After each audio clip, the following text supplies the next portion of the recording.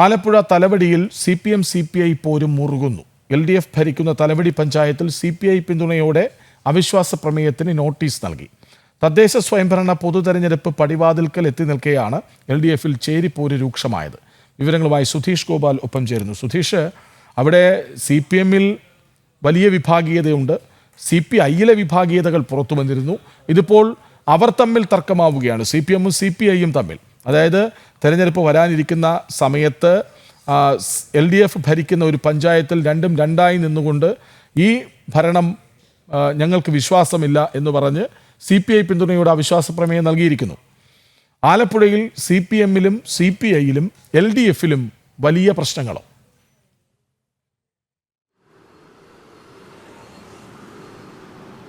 കൃഷ്ണരാജ്, അങ്ങനെ തന്നെയാണ്. ഇപ്പോൾ തലവടി പഞ്ചായത്തിൽ CPIയുടെ മെമ്പർ വിനോദ് മത്തായിയുടെ നേതൃത്വത്തിലാണ് ഇപ്പോൾ അവിശ്വാസ പ്രമേയത്തിന് CPMിൻ്റെ പഞ്ചായത്ത് പ്രസിഡന്റും CPMിൻ്റെ വൈസ് പ്രസിഡന്റിനുമെതിരെ ഇപ്പോൾ നോട്ടീസ് നൽകിയിരിക്കുന്നത്. ഇത് കേവലം തലവടി പഞ്ചായത്തിൽ മാത്രം നിലനിൽക്കുന്ന ഒരു ആഭ്യന്തര പ്രശ്നമല്ല, ഇത് ആലപ്പുഴ ജില്ലയിൽ വ്യാപകമാണ്. കഴിഞ്ഞ ദിവസം CPMിൻ്റെ തന്നെ കൗൺസിലറാണ് CPM കൊണ്ടുവന്ന മാലിന്യ സംസ്കരണ പ്ലാന്റുമായി ബന്ധപ്പെട്ട് കായംകുളം നഗരസഭയിൽ അതിനെതിരെ നോട്ടീസ് നൽകിയത്. അപ്പോൾ ഇതിന് സമാനമായ അവസ്ഥ ആലപ്പുഴ ജില്ലയിൽ മൊത്തം വ്യാപകമായി നിലനിൽക്കുന്നു. കഴിഞ്ഞ ദിവസം CPIയുടെ ആലപ്പുഴ മണ്ഡലം സമ്മേളനം നടക്കുമ്പോൾ അവിടെ CPI ചൂണ്ടിക്കാട്ടിയത് ആലപ്പുഴ നഗരസഭയിലെ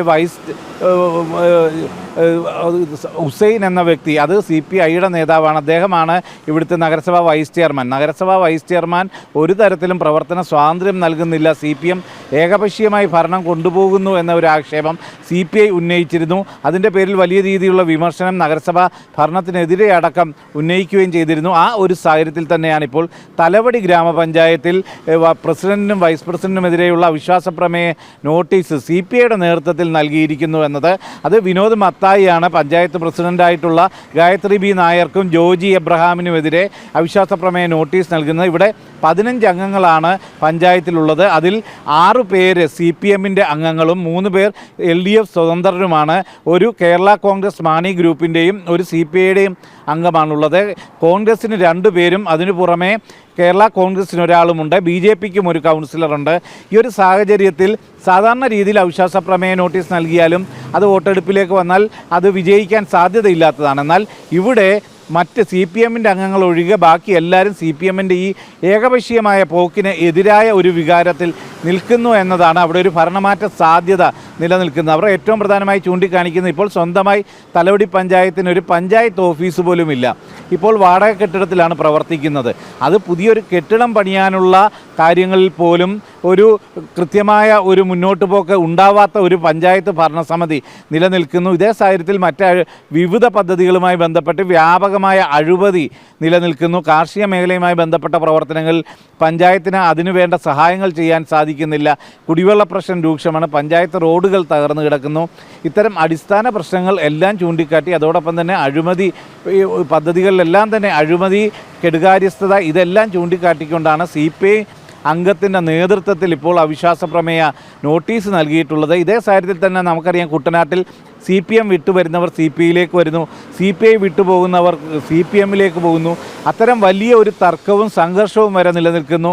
ആ ഒരു സാഹചര്യം, അത് പരസ്പരം CPM CPI സംഘർഷങ്ങൾ വ്യാപകമായ ഒരു മേഖല കൂടിയാണ് കുട്ടനാട്. അതേ കുട്ടനാട്ടിലാണ് ഇപ്പോൾ തലവടി പഞ്ചായത്തിൽ CPM അംഗ പ്രസിഡന്റിനും വൈസ് പ്രസിഡന്റിനുമെതിരെ CPIയുടെ നേതൃത്വത്തിൽ അവിശ്വാസ പ്രമേയ നോട്ടീസ് നൽകുന്നത്. ഇത് മൊത്തത്തിൽ ആലപ്പുഴ ജില്ലയിൽ നിൽക്കുന്ന CPM CPI പോര് രൂക്ഷമാക്കുന്നതാണ് എന്നുകൂടി നമുക്ക് വിലയിരുത്തേണ്ടി വരും. മന്ത്രി സജി ചെറിയാൻ്റെ മണ്ഡലത്തിൽ ചെറിയനാട് അടക്കം CPMിൽ നിന്നും അംഗങ്ങൾ CPIയിലേക്ക് പോകുന്ന സാഹചര്യമുണ്ടായിരുന്നു. കായംകുളത്ത് സമാന സാഹചര്യമുണ്ടായി.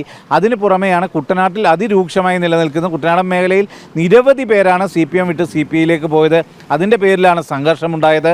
അതിന് പിന്നാലെയാണ് ഇപ്പോൾ തലവടി പഞ്ചായത്തിലെ CPM CPI പോര് നിൽക്കുന്നത്. ഇതേ സാഹചര്യത്തിൽ തന്നെ കുട്ടനാട് MLAക്കെതിരെ CPM തന്നെ രംഗത്ത് വരുന്ന വിമർശനം ഉന്നയിക്കുന്ന സാഹചര്യങ്ങൾ ഉണ്ടാകുന്നു. അങ്ങനെ ഘടകകക്ഷികൾ മൊത്തത്തിൽ CPMുമായി അകലുന്ന ഒരു സാഹചര്യം ഘടകകക്ഷികളെ CPM വിമർശിക്കുന്നു, CPM-നെയും സർക്കാരിനെയും ഘടകകക്ഷികൾ വിമർശിക്കുന്നു. അത്തരത്തിൽ വലിയ ഒരു പ്രതിസന്ധിയിലേക്കാണ് പോകുന്നത്. അത് പഞ്ചായത്ത് തെരഞ്ഞെടുപ്പിലെ തദ്ദേശ സ്വയംഭരണ തെരഞ്ഞെടുപ്പ് പടിവാതുക്കൾ എത്തി നിൽക്കുമ്പോഴാണ് ഈ അവസ്ഥ.